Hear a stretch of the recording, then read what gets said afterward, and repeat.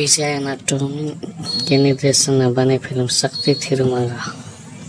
Film की शुरुआत एक महिला से होती है। वह महिला खुदकुशी कर लेती है। पुलिस वाले इंक्वायरी के लिए उसके घर आते हैं। फिर गांव वालों से पता चलता है कि वह महिला अपने छोटे से बच्चे के साथ रह रही होती है। अपनी तंगी से आकर वह खुदकुशी कर लेती है, ऐसा गांव वालों से बता देते हैं। लेकिन इन सब के पीछे इस मूवी के विलन जो एक सफल बिजनेसमैन होते हैं, जिनका नाम अभयंकर होता है, का हाथ होता है। वे पुलिस वाले से उस महिला के साथ साथ उस बच्चे को भी दफन करने के लिए आदेश दे देते हैं। पुलिस वाले उस बच्चे को लेकर कचड़े वाले ढेर के पास चले जाते हैं, जहां उसे लावारिस छोड़ देते हैं। गांव के लोग उस महिला का क्रियाक्रम विधि पूर्वक कर देते हैं। जारी मंदिर में पूजा कर रहा होता है और आरती दिखा रहा होता है। लावारिस बच्चा अभी भी कचरे के ढेर में पड़ा रहता है। अगले ही पल हम लोग देखते हैं कि दफ्तर में सभी कर्मचारी काम करते हैं। तभी एक आदमी आता है और उनसे बहस करने लगता है। तभी पदाधिकारी आता है और उस आदमी की शिकायत सुने बिना ही उसे धक्के मारकर ऑफिस से बाहर निकाल देता है। वह उसे ऑफिस दोबारा न आने के लिए चेतावनी भी देता है और वहां से भगाने के लिए कह देता है। सड़क पर पड़ा वाला 4 व्यक्ति उससे बददुआ देने लगता है और फिर वे लोग आगे चल जाते हैं। वे लोग एक चाय वाले के पास जाते हैं, वहां पर चाय पीते हैं और उनसे अपनी समस्याओं को साझा करते हैं। ये लोग उसे बताते हैं कि उसने उसकी बहू की ट्रांसफर के लिए उसे 40 लाख रुपए लिए थे। तभी चाय वाला बोलता है कि वह अपने पैसे भूल जाए क्योंकि वह एक अच्छा आदमी नहीं है। तभी उसके पास एक फोन आता है और बोलता है कि सब कुछ खत्म हो चुका है, अब हमारा कुछ नहीं हो सकता, हमारे पैसे बर्बाद हो गए। तभी चाय वाला उन्हें एक आदमी से मिलने के लिए बोलता है, जिसका नाम कीटू होता है, जो कि विजय होते हैं, विजय एनाटोमी। इसमें विजय एनाटोमी मीडिएटर का काम करते हैं। जिस तरह से दलाल लोग काम करते हैं, लोगों की समस्याओं को दूसरे के पास रखकर कुछ कमीशन लेकर उनकी समस्याओं को हल करते हैं। वह आदमी भी उसके पास चला जाता है और अपनी समस्याओं को रखने के लिए प्रयास करता है। वहाँ पर इंस्पेक्टर, जज, सभी पदाधिकारी पहुंच रहे होते हैं, क्योंकि उनके बीच ही सारे चीज सामंजस्य से बैठाया जाता है। भी लोग कीटू का इंतजार कर रहे होते हैं। तभी कीटू आता है और वह आदमी कीटू से अपनी समस्याओं को रखता है। लेकिन कीटू बदले में उनसे 10 लाख रुपए का कमीशन मांगता है, लेकिन फिर भी वे लोग उसे वही देने के लिए तैयार हो जाते हैं। अभी भी यह विश्वास नहीं होता है कि उन्हें उनका पैसा मिलेगा भी या नहीं, लेकिन फिर भी और वो कर भी क्या सकते हैं। अगले ही पल कीटू मिनिस्टर की पत्नी को फोन करती है, उसे सारी बातों को साझा कर देता है और अपना दिमाग चलाना शुरू कर देता है।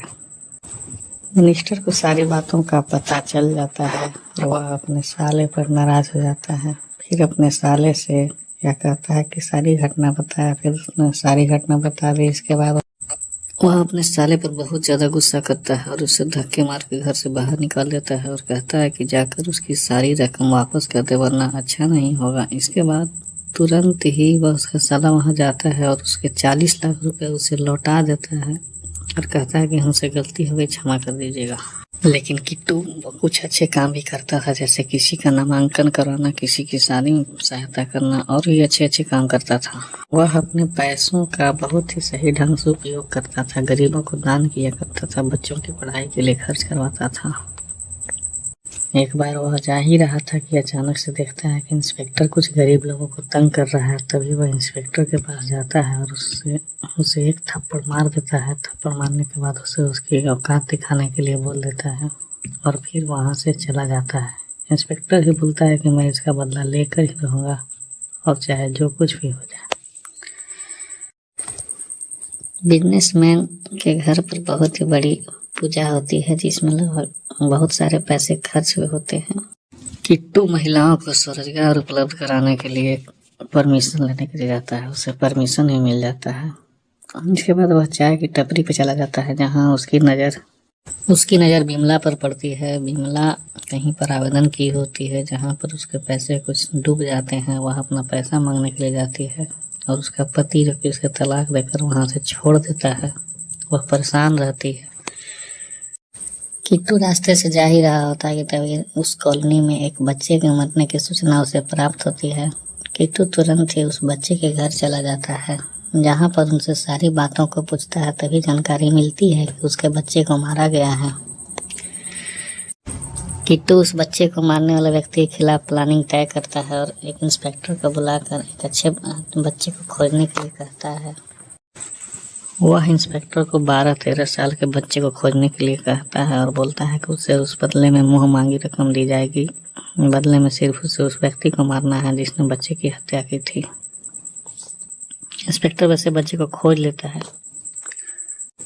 वह बच्चा इस काम को करने के लिए तैयार हो जाता है और अगले ही दिन एक छोटी सी डिबिया लेकर स्कूल पहुंच जाता है और जहां पर उसे बैठने के लिए और थोड़ी देर इंतजार करने के लिए कहा जाता है। वह बच्चा उस डिबिया को लेकर वहीं पर खड़ा रहता है, कुछ देर बैठता है और फिर तभी उसे अंदर जाने के लिए बोला जाता है।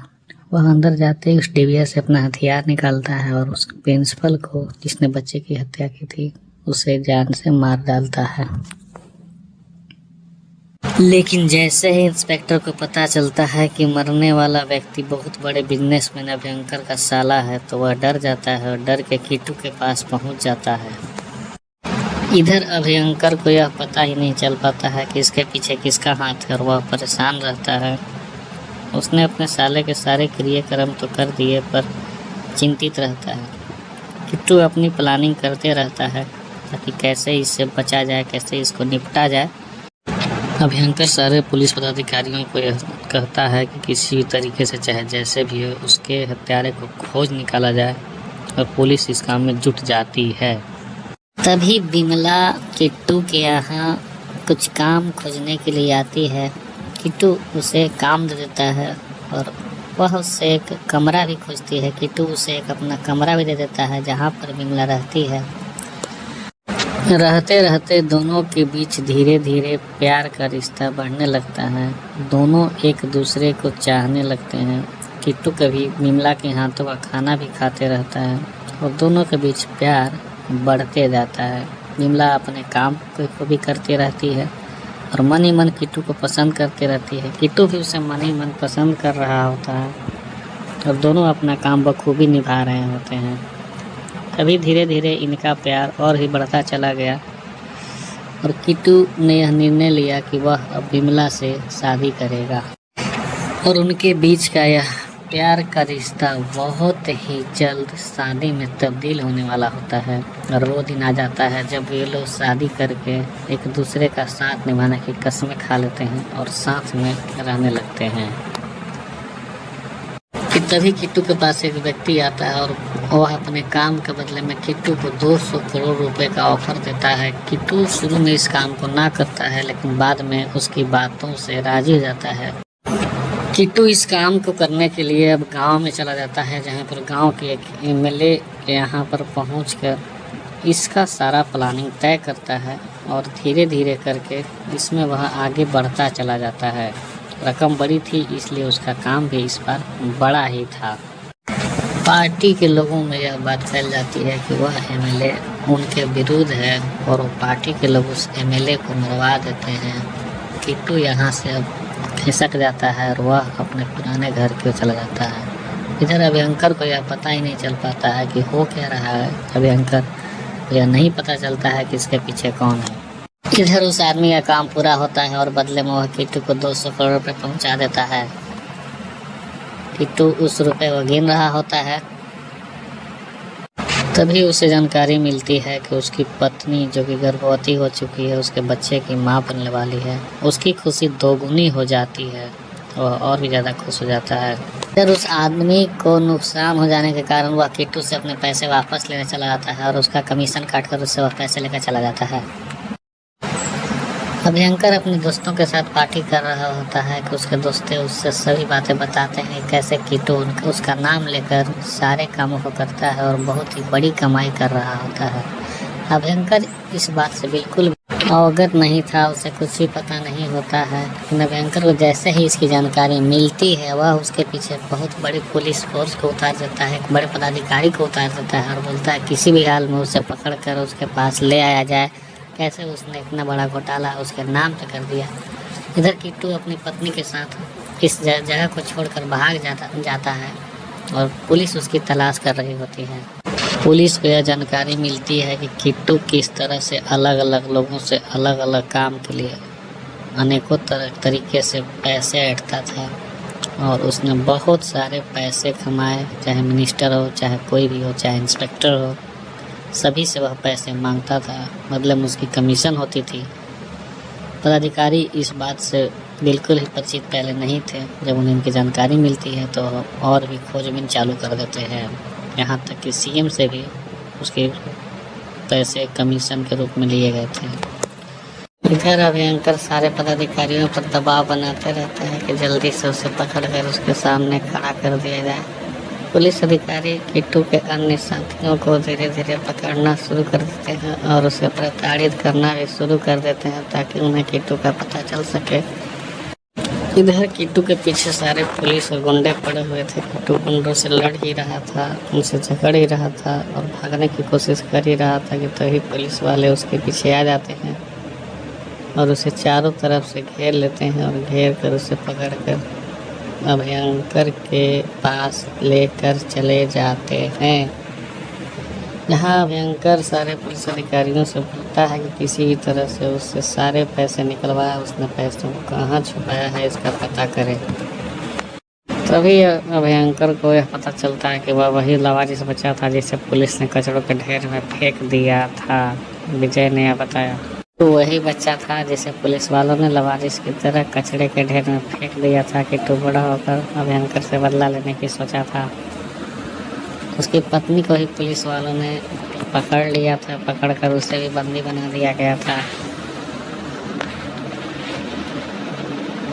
इसके बाद पुलिस वालों ने उसकी सारी फाइलें खोली तो उन्हें पता चला कि लगभग 6,000 करोड़ रुपये कारोबार किट्टू ने कर दिया है, लेकिन अभी तक उन्हें कोई पैसा नहीं मिल पाया था। इसके बाद पुलिस वाले धीरे धीरे छानबीन करना शुरू कर देते हैं और किट्टू के बारे में पता लगाना भी शुरू कर देते हैं, लेकिन अभी तक उन्हें कोई जानकारी मिल नहीं पाती है। कि धीरे धीरे करके वह इसके तरफ आगे बढ़ते जाते हैं। आगे बढ़ने के दौरान उन्हें बहुत सारे ऐसे चीज़ें मिलती हैं जो किट्टू ने अच्छे काम किए थे, उसकी जानकारी मिलती है। वे लोग किट्टू को बहुत ज़्यादा टॉर्चर करते हैं, बहुत ज़्यादा मारते हैं, फिर भी किट्टू उनके सामने अपना मुँह नहीं खोलता है। फिर धीरे धीरे पुलिस अधिकारी उससे बार बार पूछते रहते हैं, लेकिन किट्टू किसी भी तरह से उन पैसों के बारे में बताना नहीं चाहता था, क्योंकि वह उन पैसों को दूसरी जगह छुपा कर रख चुका था। लेकिन फिर किट्टू ने अपनी बचपन की कहानी बतानी शुरू कर दी, कैसे वो उस बूढ़े व्यक्ति के साथ, उस बूढ़े व्यक्ति ने उसे पाला पोसा बड़ा किया। उस किट्टू ने बताया कि उस बूढ़े व्यक्ति ने उसे कचरे के ढेर से उठाकर उसे वह अपने घर ले गया, घर ले जाकर उसे खाना पीना खिलाया, उसे बड़ा किया।